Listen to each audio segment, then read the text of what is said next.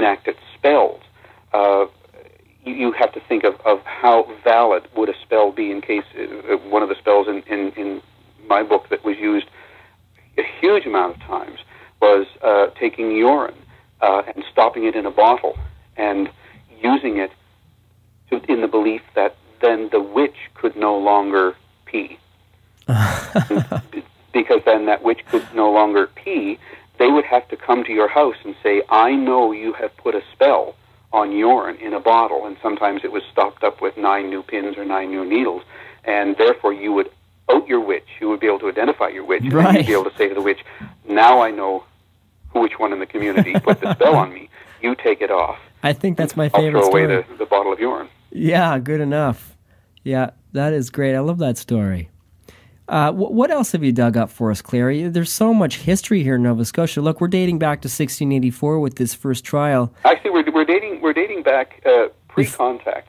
Oh, because there are a number of stories of the Mi'kmaq. Right. That story that I told you about the man who danced around the pot of boiling fat and then eventually drank it. So the stories go back to pre-contact times. But what's interesting is that in certain communities, people were named. They were named witches. They were known. They were feared.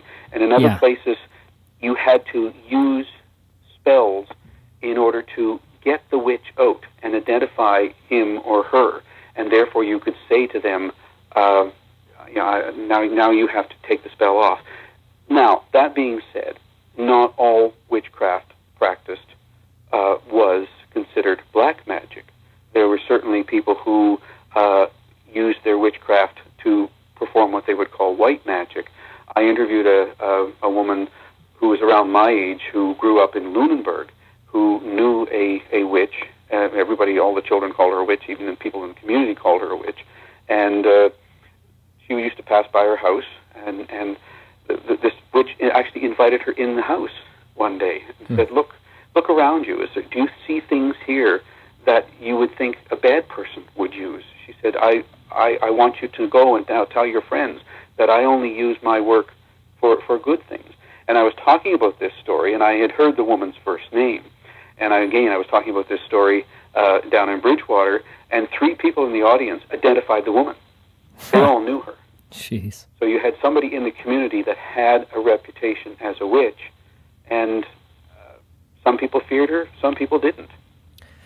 Well, keeping on the vein there, maybe you're a little bit psychic, Clary, because that was what I wanted to talk about, was positive white magic. Yeah. And this is going to sound a little kooky, like it's a Brian Gumbel interview or something, but have you discovered some kind of spell to heal the ail of the planet right now? Is there a contemporary magic that we can all kind of focus on as individuals, maybe to help make the world a better place, as well as acting?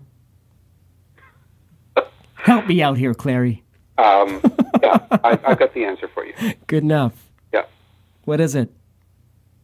Do unto others as you would have them do unto you. That's a good philosophy to live by. I absolutely agree. Translated and revised into practically every culture in the world. It's not necessarily a Christian belief. It's a world cultural belief. It's a simple project. Yeah, it's funny you said that, because I thought about that exact phrasing today in my car. What a strange conversation we're having here tonight. There's a lot of synchronicity taking place. I'm really fascinated with this new book you have out, Clary. What's on the horizon for you? What's the story on the media you've done now to promote the book? Well, again, lots of press, lots of media, lots of radio, television interviews, these kinds of things, readings at bookstores and at museums and things like that. Right now, I'm actually getting ready to do a series of Christmas shows that I do every year, and then I'm taking a little bit of a hiatus in January. I've got a couple of performances on the go for January, but I'm just going to take a little bit of a break and catch up on some other projects. Yeah, obviously from your bio, you're a super busy guy. Well, yes, it sounds like I'm super busy, but I have a very relaxed and comfortable life. I always tell people I don't work very hard, and that's because I love what I do. And yeah. It's not like work. It's not like I work from home. It's not like I have to sort of say, okay, I'm going to punch in at this time and keep doing it. I'm just constantly fascinated with the folklore and the folk culture here in this part of the world.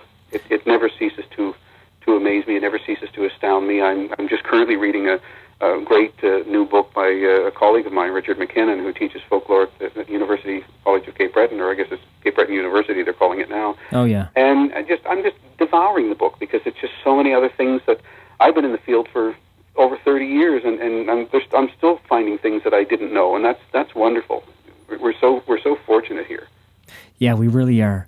You know, I really love what I do too, Clary. So maybe there's hope for me for the future too, I guess. And come on, if you're listening out there, somebody bring me some money. This is what I love to do.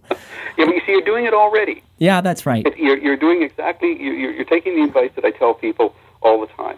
Find something that you'll do for nothing, and then find a way to get some money to do it. I'm going to manifest abundance. How about that for magic?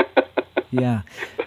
Clary, look, I want to thank you for taking the time. You know, regardless of what you say, I know you're a busy guy and a very talented guy, and you got this great new book out, Witchcraft-Tales, Beliefs and Superstitions from the Maritimes. I want to thank you for coming on Atlantic Canada's only paranormal radio broadcast, The Unified Field. It's been my pleasure.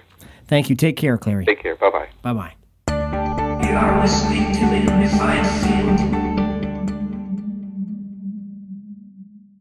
Be sure to tune in to the mothership CKDU for other fine programming. Check us out on iTunes, Blog Talk, YouTube, MySpace, Blueberry, and on Facebook. For questions, feedback, comments, show ideas, or anything else, contact us directly at unifiedfieldradio@gmail.com.